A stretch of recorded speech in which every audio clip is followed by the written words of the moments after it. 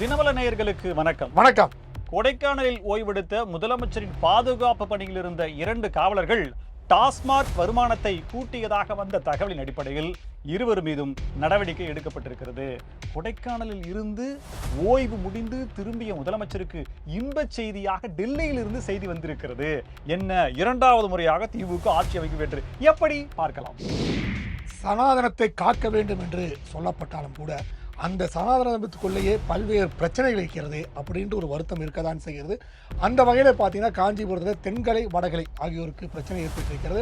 இது இப்படியே நீடித்தால் எப்படி நம் சனாதனத்தை காப்பாற்ற முடியும் என்ற ஒரு மிகப்பெரிய கேள்வி இருக்கிறது. அது மட்டுமல்ல, பள்ளிகளில் தலைமை ஆசிரியர் மற்றும் ஆசிரியர்களுக்கு 600 பேருக்கு அந்த வைப்பு நிதி மற்றும் சம்பளம் தரப்படவில்லை என்று மிகப்பெரிய குறை இருக்குது. என்ன என்று பார்ப்போம். நம்ம திருச்செந்தூரை தொடர்ந்து சீரடி சாய்பாபா கோவிலுக்கு விரைந்திருக்கிறது தனி விமானம்.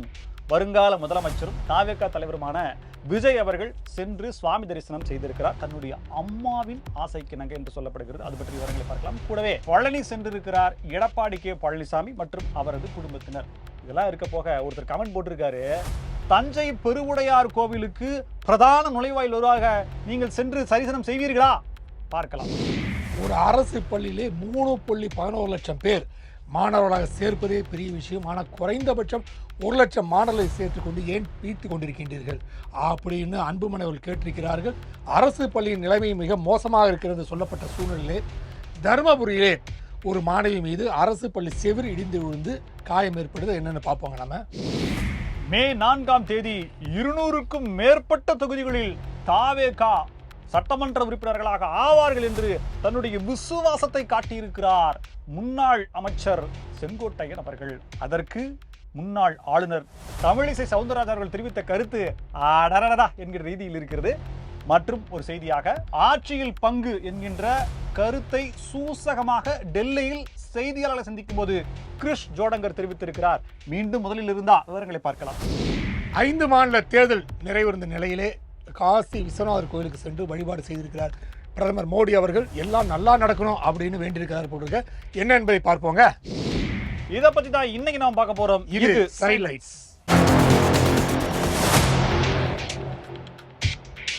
கொடைக்கானலில் கடுமையான உழைப்பு வேலை பளுவின் காரணமாக ஒரு மாதிரியாக இருந்த முதலமைச்சர் ஒரு ரிஃப்ரெஷ், அதாவது புத்துணர்ச்சியை பெறுவதற்காக அங்கு சென்று அங்கு இருக்கக்கூடிய கொடைக்கானல் கோவில்கள்லாம் பெரிய மாரியம்மன், அப்புறம் இன்னும் குறிஞ்சி ஆண்டவர் தான் போயிருக்காங்க அவங்க. அப்புறம் இன்னொரு கோயில் ஏதோ போயிருக்காங்க, குடும்பத்தோட போயிருக்காரு. இவர் உள்ள கோயிலுக்குள்ள போனாரா? அந்த விஷயம் எல்லாம் வரல. சைக்கிள்ல போறாரு, வருது. என்னது, சைக்கிள் 4 பேர் முன்னாடி போறா, 4 பேர் பின்னாடி வரா, தூக்கி உட்கார வைக்கிறாப்புல. அது ஒரு பெரிய விஷயமா போயிட்டு அந்த கோயிலுக்கு போனாருங்கிறத மட்டும் வரமாட்டேங்குது. திருநீர் நெற்றிகள் வைத்தாரா அப்படின்னு அழித்தாரா கிடைக்க மாட்டேங்குது. அது உங்கள் பார்வைக்கு விட்டுறேன். அப்படி அங்க இருந்தபோது அவருடைய பாதுகாப்பு பணியில வாகனங்கள் செல்லும் இல்லைங்களா, அந்த வாகனத்தினுடைய பொறுப்பில் இருந்த 2 காவலர்கள் டாஸ்மார்க்கினுடைய வருமானத்தை பெருக்குவதற்காக சிறிய அளவிலான நன்கொடையை வழங்கி அதற்கான பிரசாதத்தை வாங்கி அருந்தியதாகவும், அந்த பிரசாதத்தின் தாக்கமாக ஜென் மனநிலைக்கு சென்று இருந்ததாகவும், தியானத்தில் இருந்தாங்களா, டியூட்டியில் இருக்கும்போதே அந்த மாதிரி பண்ணியிருக்காங்க அப்படின்னு சொல்லிட்டு தகவல் வந்திருக்குது. உடனே அந்த பாதுகாப்பு அந்த உயரதிகாரிகள் திண்டுக்கல் சரக உயரதிகாரிக்கு, காவல் உயரதிகாரிக்கு சொல்லியிருக்காங்க. அவங்க துறை ரீதியான நடவடிக்கை அப்படின்றது எடுத்திருக்காங்க. முதலமைச்சர் பாதுகாப்பு பணியில் இருக்கக்கூடிய காவலர்களே டாஸ்மாக் மதுவை அருந்துகிறார்கள்னா நம்ம என்னத்தை சொல்றது? அங்க பாத்தீங்கன்னா ரொம்ப தூரம் வந்து வாங்கிருப்பாங்க போட்டுருக்கு. எனக்கு தெரிஞ்சு பஸ் ஸ்டாண்டு பக்கம் டாஸ்மாக் அங்க இருக்கு. ஆமா, கிளைமேட் ஒரு மாதிரி கிளம்பி வந்து பஸ் ஸ்டாண்டு கிட்ட டாஸ்மாக் வாங்கிட்டு போயிட்டு சாப்பிட்டு அந்த பாட்டில் திருப்பி கொடுத்தா 10 ரூபா அங்கே இருக்கு அந்த மலை மேலே. அதெல்லாம் திருப்பி கொடுத்து வாங்கியிருப்பாங்க போட்டிருக்காங்க. நீண்ட உழைப்பு அவங்க இதில் செலுத்தியிருக்காங்க. அது மாதிரி நீங்கள் தேர்தல் நாளில் செலுத்திருந்தா கூட நல்லா இருந்திருக்கும். ஆனால் இதில் செலுத்திருக்கீங்க இல்லையா? அப்படியே கொடைக்கானல் இருந்துட்டு டெல்லியில் என்ன நடக்குது, டெல்லி அமைச்சரவையில் என்ன நடக்குதுன்ற ஐபி இன்டெலிஜென்ஸ் பியூரோனுடைய தகவல் என்னமா உருட்டு ஒருத்தர் எழுதுகிறாரு ஆர்டிகிள். ஐயோ, படிச்சா அப்படியே ஃபுல் அடிக்குதுங்க. அதாவது அங்க நடக்கிற தகவலை சோர்ஸ் மூலியமா இங்க தமிழக அரசுக்கு தெரிவிக்கிறாங்களாமா. அதுல என்ன அப்படின்னா, மீண்டும் திராவிட முன்னேற்ற கழகத்து ஆட்சி தான் அமையும் அப்படின்னும், அப்படி அமைந்தால் அவங்களோட மத்திய அரசு எப்படி இணக்கமா போறது, கச்சா ஆயில் வராது பாருங்க நாளைக்கு. கரெக்ட். ஆமா, எல்பிஜி வேற டிமாண்ட்ல இருக்கு. அப்புறம் எல்பிஜிலாம் வரலன்னா இந்தியால பெரிய பிரச்சனை குடுத்துருவோம். ஆயிடும். ஆமா, தங்கமுமே அங்க இருந்து தான் வருது. தமிழ்நாட்டுல இருந்து தான் தங்கம் இந்தியாவுக்கு பூரா போகுது. சோ தங்கம் இறக்குமதி பண்ணலாம், நகை கடையெல்லாம் இல்லாம பெண்கள்லாம் வேற மாதிரி ஆயிடுவாங்க. அடுத்த நாள் சாப்பாடு எல்லாம் போயிடும் இல்லையா? இந்த சட்ட சிக்கல்லாம் யோசிச்சு பார்த்தா ஐயா எப்படி நம்ம திமுகவோட இணக்கமா போறது அப்படின்னு மத்திய அரசு முடிவு பண்ணிருக்கு. மத்திய அரசுடைய அமைச்சரவை கூட்டத்துல விவாதிச்சிருக்காங்களாம். அப்பா, அது வந்து ரகசிய தகவலா இங்க வந்து அப்படியே முதலமைச்சர் பெரிய அளவுல ஹாப்பி. மத்திய அரசு இந்த மனமாற்றத்திற்கு எண்ணி அப்படியே ஓகே அப்படின்ற அப்படியே அந்த சந்தோஷத்தோடய அவரு அந்த புத்துணர்ச்சி பிளஸ் சந்தோஷம் ரெண்டும் கிடைக்க பெற்று அப்படியே தமிழகம் வந்து இங்க அமைச்சரவை லிஸ்ட் ரெடி பண்ணி ஃபைனல் பண்ணி வச்சிருக்காரு அப்படின்ற 3 பேராங்க. அதுல இந்த ஐ பெரியசாமி, இன்னும் 2 மினிஸ்டர் இருக்காங்க. கூட செல்வ பெருந்தகை போயிருக்காரு. ஒருவேளை கேட்பாரு, எனக்கும் பாருங்கப்பா நீ வேற கட்சி, காங்கிரஸா திமுக, அதான் வேற கட்சி தர முடியாது, அதுக்குள்ள மாறிடுங்க, தயவு செஞ்சு ஒரு அமைச்சர் கொடுங்க அப்படின்னு சொல்லியிருப்பாரு போல இருக்கு. ஆனா இப்படி ஒரு சொல்ல இன்னொரு விஷயம் என்ன சொல்றாங்களே, ஒருவேளை ஆட்சிக்கு வரலான்னு என்ன பண்ணலான்னு கூட ஆலோசிச்சிருப்பாரு. இதையே நீங்க வந்து இப்படி சொல்றீங்க, இப்படி விட்டுறீங்க தொலைக்காட்சிகளான்ற கேள்வி வந்திருக்குதுங்க. ஆர்எஸ்எஸ், இந்து முன்னணி, பரிவார அமைப்புகள் எல்லாமே வந்து சொல்கிற ஒரே விஷயம் என்னென்னா, இந்தியாவில் சனாதன தர்மத்தை நாம் காக்க வேண்டும் அப்படின்ற ஒரு மிகப்பெரிய விஷயத்தை சொல்லிட்டு இருக்காங்க. அதான் ஆர்எஸ்எஸோட நூற்றாண்டு விஷயங்களில், அதாவது 5 கொள்கை என்று சொல்லப்பட விஷயத்தில் முக்கியமாக பார்த்தீங்கன்னா இது போன்ற சனாதனத்தை காக்க வேண்டும்னு அரசு சொல்லுது. இதெல்லாம் பண்ணினாலும் கூட சில இடங்களில் இப்போ காஞ்சிபுரத்தில் அடிக்கடி இது போன்ற பிரச்சனை ஏற்படுகிறது அப்படின்னு சொல்கிறது. அதாவது வந்து தாத்தாச்சாரியார் அந்த அமைப்பினரும் தெங்கலை, இவங்க 2 பேருமே வந்து வடகலை தெங்கலை அமைப்பினர் வந்து பெருமாள் முன்னாடி யார் பாசுரம் பாடுவது அப்படின்னு ஒரு பிரச்சனை இருக்குன்னு சொல்லப்பட்டது. இது இப்போ கிடையாதுங்க, பல ஆண்டுகளுக்கு முன்பாகவே, அதாவது வெள்ளையர் ஆட்சி காலத்திலேயே வந்து யானைக்கு, நான் நினைக்கிறேன் காஞ்சிபுரம் தான் நினைக்கிறேன், காஞ்சிபுரம் யானைக்கு வடகலை நாமம் சாத்த வேண்டுமா தெங்கலை நாமம் சாத்த வேண்டுமான்ற மிகப்பெரிய பிரச்சனையாகி அப்போ ஆங்கிலேயர் கோர்ட்டுக்கு போகும்போது பெரிய நீண்ட நாள் அந்த வழக்கு நடைபெற்று அதுக்கப்புறம் வந்து 1 வாரம் நினைக்கிறேன், 1 வாரம் வந்து வடகலை நாமம், ஒரு வாரம் தெங்கலை நாமம் சாத்த வேண்டும் என்ற தீர்ப்பெல்லாம் வழங்கப்பட்டது. ஆனால் இப்பொழுதும் அந்த பிரச்சனை இன்னும் பார்த்தீங்கன்னா ஒவ்வொரு ஆண்டும் இது மாதிரி வந்து பாசுரம் பாடுவதில் போன்ற விஷயங்களை தென்கலை வடகலை வந்து மிகப்பெரிய பிரச்சனை பண்ணுறாங்க. இது திராவிட மாடல் மக்களுக்கு ஒரு மிகப்பெரிய ஆயுதம் நீங்களே எடுத்து கொடுக்குறீங்க அப்படின்னு சொல்ல வேண்டிய சூழ்நிலை. ஏன்னா இதெல்லாம் வீடியோ காட்சியாக வருது, ரொம்ப ஆபாசமாக பேசக்கூடிய காட்சிகள்லாம் வருது. ஸோ இதெல்லாம் நீங்கள் வந்து நீங்களே ஆயுதத்தை எடுத்து கொடுத்து சனாதன தர்மத்தை வேறறுப்பதற்கு நீங்களே துணையாக இருக்கின்றது மிகப்பெரிய கவலையாக இருக்குது. தயவு செய்து இந்த சண்டை போட்டுக்கொள்ளாது என்று நம்மளோட தாழ்மையான வேண்டுகோளாக இருக்குது. அதே மாதிரி இன்னொரு விஷயம், அதே மாதிரி பார்த்தீங்கன்னா பள்ளிகளில் கிட்டத்தட்ட வந்து ஏப்ரல் எண்டில் வந்து இயர் எண்டிங் அப்போ வந்து அந்த பள்ளி ஆசிரியர்கள், பள்ளி தலைமை ஆசிரியர்கள் ரிட்டையர்மெண்ட் தருவாங்களாம், அதாவது எக்ஸ்டெண்ட் பண்ணி தருவாங்களாம். அது ஏன்னா அந்த தேர்வு முடிந்த பிறகு அந்த தேர்வு தாள்லாம் 5 நாள் இல்லைன்னா 15 நாள் அந்த மாதிரி ஒரு 20 நாள் அந்த மாதிரி எக்ஸ்டெண்ட் பண்ணுவாங்களாம். பட் அது டப்புன்னு இந்த வாட்டி முடிச்சிட்டாங்களாம் அப்படின்ட்டாங்க, போட்டு இந்த வாட்டி முடிச்சிட்டாங்களாம். அதனால் வந்து ஏப்ரல் 25 முடிச்சிட்டாங்களாம். அதை முடிச்சதுனால வந்து பலருக்கும் சம்பளம் வருவதில் மிகப்பெரிய பிரச்சனை. அவங்க என்ன சொல்றாங்க, தேர்தல் பணி சேர்ந்து செஞ்சிருக்கோம் நாங்கள் இந்த வாட்டி. ரெண்டாவது அந்த 30ஆம் தேதி வரைக்கும் கையெழுத்து போட்டுட்டு அந்த சப்மிட் பண்ணாதான் அந்த கணக்கு வந்து கருவூலத்தின் மூலமாக அந்த டிபார்ட்மெண்ட்டுக்கு வரும். இப்போ அந்த நடைமுறையை எப்படி பண்றது? ஸோ அவங்களுக்குலாம் வராது கையெழுத்து போடாததுனால். இது என்ன அப்படின்னா இவங்களாம் தலைமை ஆசிரியர்கள், துணை தலைமை ஆசிரியர்கள் 2 பேர்த்துக்குமே ஒரு ஹையர் பொறுப்புல இருக்கிறதுனால அவங்களுக்கு அந்த ப்ரொசீஜர் பிரகாரம் சம்பளம் வராது. வருமா எப்ப அப்படின்ற மாதிரியான பல கேள்விகள் இருக்கு. வெள்ளிமலை ஆண்டவா அந்த பாட்டு முடிஞ்ச உடனே சாயிராம் சாயிராம் ஜெய் ஸ்ரீ சாயிராம் அப்படின்னு சொல்லிட்டு பாட்டு பாட ஆரம்பிச்சு அப்படி பக்தி பரவுது போட்டுருக்குது எல்லா மாநிலத்துக்கும். எல்லாத்தையுமே விடுறாரு. தேர்தலுக்கு முன்னாடி போயிருக்கலாமே அப்படின்ற மாதிரியான பல கருத்துக்கள் இருக்கு. தேர்தலுக்கு முன்னாடி ஜோசப் விஜயன் மட்டும் நீங்க சொன்னீங்களே, இப்ப வந்து நீங்க கந்த சாயி ஜோசப் விஜயா பயங்கரமா இருக்கு அப்படின்றாங்க. ஏங்க மசூதி வேற போயிருக்காரு, அப்போ கந்த சாயி அப்துல்லா விஜய் ஜோசப் விஜயா. ஆமா, கந்தசாயி அப்துல் ஜோசப் விஜய் அப்படி வந்துரும்.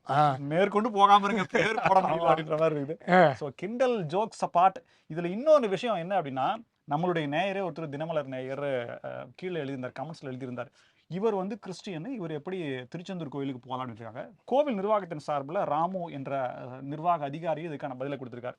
மாற்று மதத்தை சார்ந்தவர்கள் கோவிலினுடைய ஆகம விதியை ஏற்றுக்கொண்டு கையொப்பமிட்டு அதை வணங்குவதாகவும் உறுதிமொழி கொடுத்த பிறகு அவர்கள் தரிசிக்கலாம். திருச்செந்தூர் முருகர் மீது நம்பிக்கை இருக்குது, நான் வழிபாடு வந்திருக்கிறேன், இந்து சனாதன தர்மம் இந்து முறையை நான் வணங்குறேன் அப்படின்னு சொல்லிட்டா அவங்களுக்கு கொடுக்கலாம். திருப்பதியிலும் அதே முறை இருக்கு. திருப்பதியிலும் கூட ராகுல் காந்தி யாரு போனா எழுதி தரணும். இங்க வந்தாரு, கோவில்ல போய் கடல்ல போய் காலை உப்பு தண்ணியில காலை கழுவிட்டு அப்படியே வந்து மேல் சட்டை அணியாம ஆகம விதி, அந்த கோவிலுக்கான ஆகம விதி என்னவோ அதன் பிரகாரம் அவர் போய் தரிசிச்சாரு. ஸோ இதுல இருந்தா ஒன்றும் பிரச்சனை இல்லைன்ற மாதிரி சொல்றாங்க. ஸோ இது உங்களுக்கான பதில், இது நான் சொல்லலை, கோவில் அலுவலர் சொல்லியிருக்காரு. ஸோ அவரு ஷீரடி சாய்பாபா கோயில் போல தன்னுடைய அம்மாவுக்கு ஷீரடி சாய்பாபா ரொம்ப பிடித்தமான ஒரு கடவுளாக இருக்கிறாரு. அவர்களுக்காக கோவிலை கட்டி கொடுத்திருக்காரு விஜய் அப்படின்றது சொல்லப்படுது.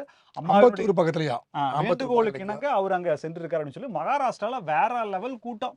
இங்க எப்படி திருச்செந்தூர்ல கூட்டம் அள்ளி கட்டுச்சோ மகாராஷ்டிராலையும் அந்த அளவுக்கு. ஸோ ஒருவேளை பிஎம் அப்படின்னு சொன்னது வந்து உண்மைதான் அப்படின்னு நம்புற மாதிரியான கூட்டம் அங்க இருக்கு. கூடவே அவருடைய குடும்பத்தை சார்ந்தவர்கள்லாம் சென்றிருக்காங்க. புஷி ஆனந்த் போயிருக்காருங்க. அவர் போட்டு படுத்து அப்படி சொன்னா கும்பிட்டு சாமி சாமி சாமி பிரசாதம் கொடுங்க சாமி பிரசாதம் கொடுங்க சாமி சொன்னா இருப்பா. துரைமுருகன் பண்ண மாதிரியா? துரைமுருகன் பண்ண தெரியுமா உங்களுக்கு? புட்டுப்பூர்த்தி சாய்பாபா வந்து இங்கே வந்தாருங்க, கருணாநிதி கோபாலம் பார்க்கறதுக்கு. எங்கள் மோதிரம் தாங்களே மோதிரம் தாங்களே, யோ உனக்கு தான் கடவுள் நம்பிக்கையே இல்லையே, எதுக்கு மோதிரம், ஒரே ஒரு மோதிரம் தாங்களே அப்படின்னு ஷீரடி சாய்பாபா போட்டு டார்ச்சர் பண்ணாரு. அது மாதிரி பிரசாத்துக்கு டார்ச்சர் பண்ணியிருக்காரு போட்டு இல்லையா?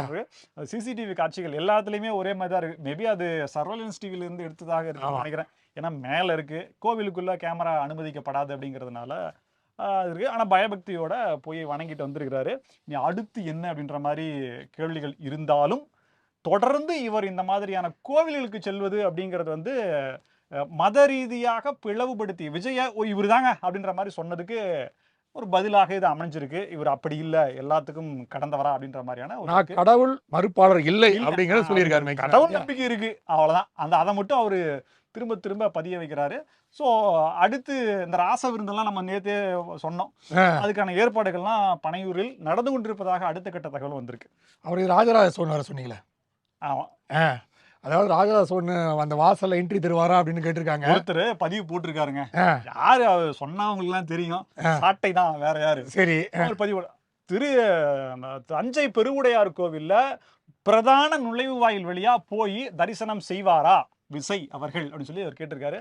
அதுக்கு பின்னாடி பார்த்தா உண்மைகள் பெரிய உண்மை இருக்கு. ஏன்னா வந்து ராஜராஜ சோழனோட அந்த ராஜா கோபுரத்திற்கு உள்ளே வந்து யார் அரசு பொறுப்பு என்ட்ரி ஆன கொடுத்தாலும் அவர்கள் பதவி பறிக்கப்படும், இல்லை போய்விடும் அப்படின்றாங்க. ஒரு ஜெயில் சிங் அதே மாதிரி ஆச்சுன்றாங்க, இந்திரா காந்திக்கு அதே மாதிரி ஆச்சுன்றாங்க. அதான் 2000 வந்து 1000 ஆண்டு குடமுழுக்கு விழாவில் கருணாநிதி நடத்தி வச்சார். அப்போ கூட அவர் என்ட்ரி வந்து மெயின் வாசல பண்ணவே இல்லை, பின் வழியில் தான் உள்ள வந்தார். கடவுள் மறுப்பாளர்களுக்கும் பின் வழியில் வந்தார். அப்படியும் என்னன்னா அங்கே ஒரு தீ விபத்து வேறு ஏற்பட்டுச்சு, அந்த யாக குண்டத்தில் தீ விபத்து வேறு ஏற்பட்டுச்சு. ஸோ இன்னும் பல அரசு அதிகாரிகள், பல அதிக பொறுப்பில் இருப்பவங்க அவங்களே வந்து அந்த ராஜராஜ சோழன் மெயின் அந்த கேட்டு அந்த கோபுரத்துக்கு சும்மாவா இன்னும் கோயில்களுக்கு கும்பாபிஷேகம் பண்ண ராசராச சோழனுக்கும் மேலான்னு ஒருத்தர் வந்து சொன்னாரே. ஆமா, எப்பேற்பட்ட 1000 ஆண்டுகளை கடந்து அப்படியே இன்னும் நம்மளுடைய அடையாளமா இருக்கக்கூடிய கோயில், அதை கட்டின ராசராச சோழன் மன்னரியா அரசரியா. இன்னைக்கு வரைக்கும் அந்த கோவில் கருவறைக்குள்ள நேரடி பிரதான வாயில் வழியா போனா அதுக்கு ஒரு தகுதி வேணும்யா அப்படின்னு சொல்றாங்க. மன்னரும் மக்களும் ஒன்றே அப்படின்னு சொல்றது எனக்கு புரியல, எனக்கு அப்படியே புரியலைங்க. அது அப்பேற்பட்ட அவ்வளவு பெரிய ராஜராஜ சோழனோட சமாதி வந்து பார்க்கும்போது மிக வருத்தமான ஒரு சூழ்நிலை. நாங்கள் போய் பார்த்துருக்கோம், ஒரு குடிசைக்குள்ள அந்த இருக்கு. இன்னுமே ஏன் ஆட்சியாளர் அதை பற்றி கவலைப்படாமல் இருக்காங்க? எப்படி வந்து மகாராஷ்டிராவில் சிவாஜி, வீர சிவாஜிக்கு எப்படி ஒரு பெரிய அமைப்பு, எப்படி ஒரு பிரம்மாண்டமான செயல்பாடு இருக்கு. ஸ்ரீரங்கம் கோயில் கோபுரத்தையுமே வந்து எம்ஜிஆர் கட்டும்போது அதுவுமே சொன்னாங்க, பண்ணீங்கன்னா நீங்க ஆட்சியில் இருக்க மாட்டீங்களா ஏதோ சொன்னாங்க போட்டிருக்கு. பட் அவர் செஞ்சார்ல? ஆமா செஞ்சார். அந்த ஜிஆர் வந்து ரொம்ப ஃபோர்ஸ் பண்ணி அதை பண்ண சொன்னார்ன்று அது பண்ணார். அப்போ வந்து எம்ஜிஆரோட கடவுள் நம்பிக்கை இன்னும் மென்மேலும் அது வளர்ந்துன்னு சொல்லப்படுது. அதில் ஷீரடி சாய்பாபா நியூஸு அங்கே விஜய் அவர்கள் சென்றார் அப்படின்னு சொல்லி போயிட்டு இருக்கிற நிலையில் தமிழகம் திரும்பினார் முதலமைச்சர் அப்படின்ற செய்தி ஒரு ஓரமாக குறுஞ்செய்தியாக வரக்கூடிய நிலையில் எடப்பாடி கே பழனிசாமி அவர்கள் பழனி சென்றிருக்கிறார் குடும்பத்தோட. அவர், அவருடைய மனைவி, மகன், இன்னும் சொல்ல போனால் அமைச்சர்களோடையுமே அங்கே போயிருப்பதாகவும் தகவல் இருக்கு. ஸோ பழனி பழனி பாலதண்டாயுத பாணியை எடப்பாடி கே பழனிசாமி அவர்கள் அதிமுகவுடைய பொதுச்செயலாளர் குடும்பத்தோட தரிசனம் செய்திருக்காரு அப்படின்றது தகவலா இருக்கு. இல்ல முருகரே இப்போ ட்ரெண்டிங் ஆயிருக்காரு பாத்தீங்களா? முந்தாள் சேகர் பாபு பழனிக்கு போனாரு. ஏங்க இன்னைக்கு அவர் போயிட்டாருங்க. அதான் சேகர் பாபு போயிட்டாருங்க. முந்தானத்து போயிட்டாருங்க. முந்தானத்து போன விஷயம் அது. முந்தானத்து போய் தான் அவர் கொடைக்கானல் போனாரு.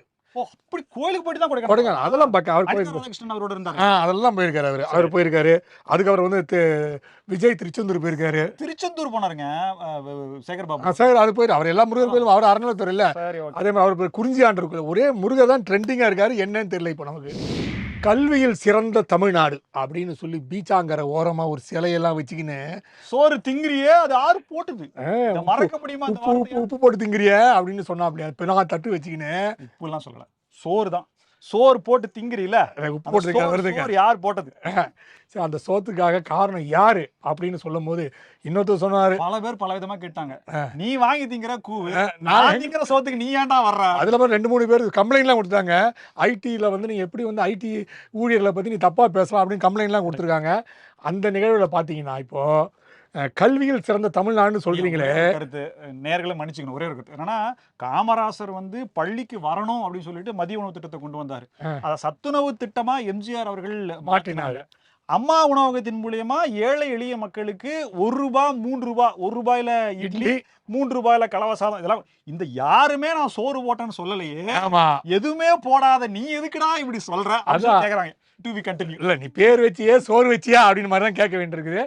இப்போ வந்து என்னன்னா அரசு பள்ளிகள் சேர்க்கை அப்படின்னு பார்த்தீங்கன்னா கிட்டத்தட்ட 5 லட்சம் மாணவர்கள் சேர்க்கப்பட வேண்டும். சாதனைங்க, சரித்திர சாதனைங்க, சேர்க்கப்பட திராவிட வேண்டும். மாடல் ஆட்சியினுடைய வெற்றிங்க. 200 rupees கரோ அதெல்லாம் உனக்கு உண்டு. அதாவது 5 லட்சம் மாணவர்கள் சேர்க்கப்பட வேண்டும் என்ற சூழ்நிலையிலே சேர்க்கப்பட வேண்டும் வேண்டும் என்ற சூழ்நிலை முடிக்கவே மாட்டேங்குது. எல்லாம் நீங்களே வந்து உணர்ச்சி வசப்பட்டா 1.29 லட்சம் மாணவர்கள் தான் சேர்ந்திருக்காங்க. இன்னும் கொஞ்சம் கம்மி. என்ன 3.5 லட்சம் 4 லட்சம் கம்மி அப்படிங்கிற நீங்க சேர்ந்துருக்காங்க. என்னங்க இது? சில பள்ளிகளில் 6 மாணவர்கள் சேர்ந்துருக்காங்க. சில பள்ளிகளில் மாணவர்களே சேரல. இதில் என்னங்க வந்து கல்வி தகுதி நீங்கள் பீத்திக்கிட்டு சுற்றி நிற்கிறீங்க அப்படின்னு அன்புமணி அவர்கள் கேட்டிருக்கிறாரு. பேசுவார்.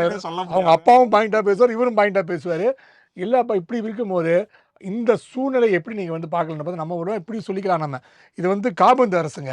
பள்ளிக்கல்வித்துறையும் ரசிகர் மன்றத்தையும் ஒன்னா பாக்குறதுனால வேலை பொழிவின் காரணமாக இதெல்லாம் சமாளிக்க ஏங்க முடியும். அவருக்கும் நேருக்கும் சண்டையை சமாளிக்கிறதே பெரிய வேலையா இருக்குது. எப்படி நேருவை சமாளிக்கலாம் அப்படின்னு அவர் யோசிச்சுங்க தவிர மாணவர் சேர்த்ததை பற்றி யோசிக்க போறாரு.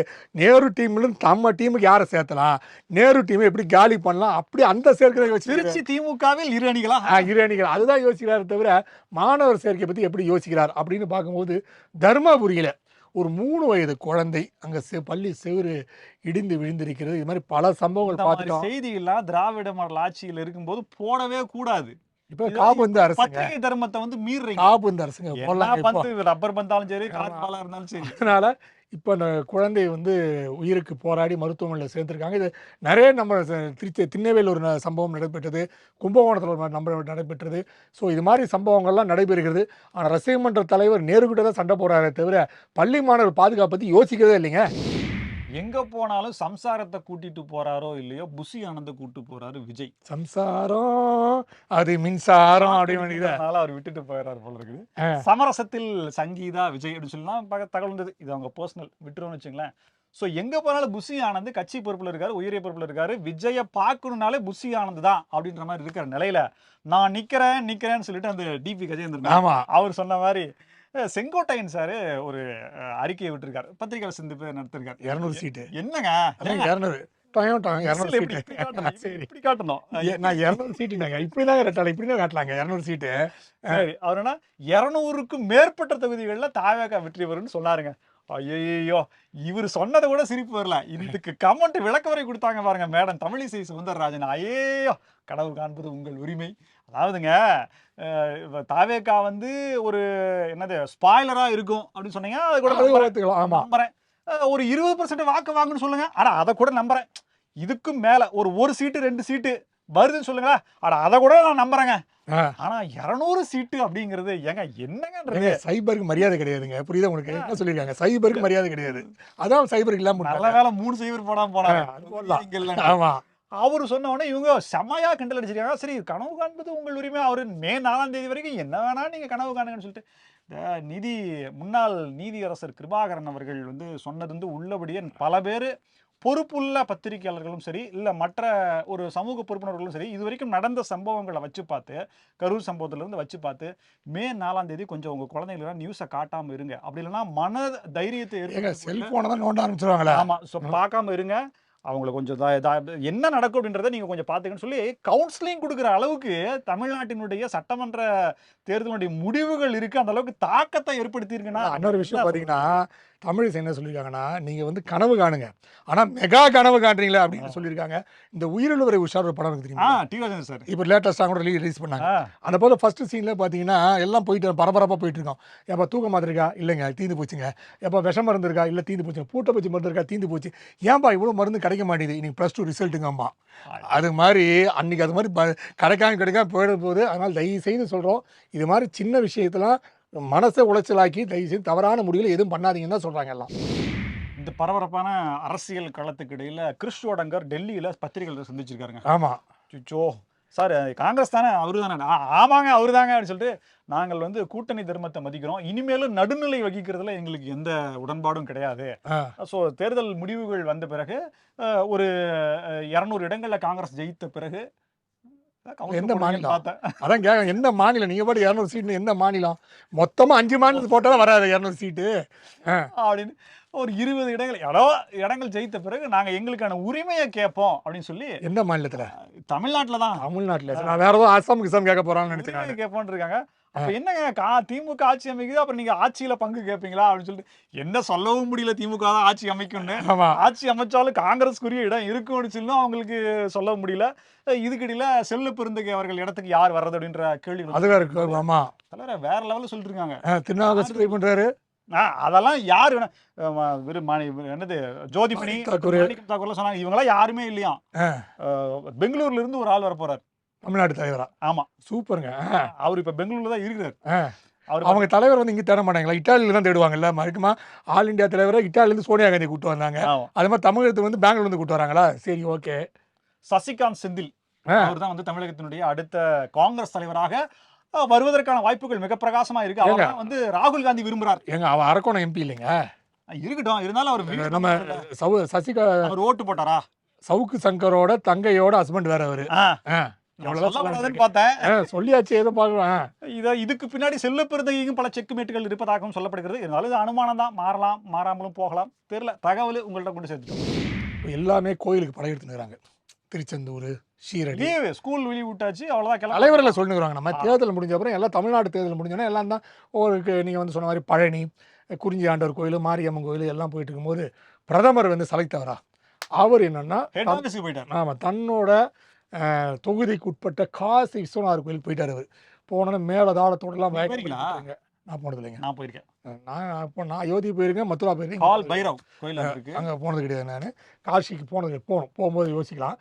அங்கே போயிருக்கார். அங்கே மேலதாளத்தோட வழி வந்து வரவேற்றிருக்காங்க. போயிட்டு வந்து பயங்கரமாக பூஜைகள்லாம் பண்ணியிருக்காரு. 5 மாநில தேர்தல் நமக்கு சாதகமாக வர வேண்டும், எது பண்ணாலும் இல்லைங்க, பெங்காலியாவது நம்ம மிக வெற்றி பெற வேண்டும் அப்படின்னு தான் ஒரு நோக்கத்துக்காக போயிருப்பார்னு நினைக்கிறேன்.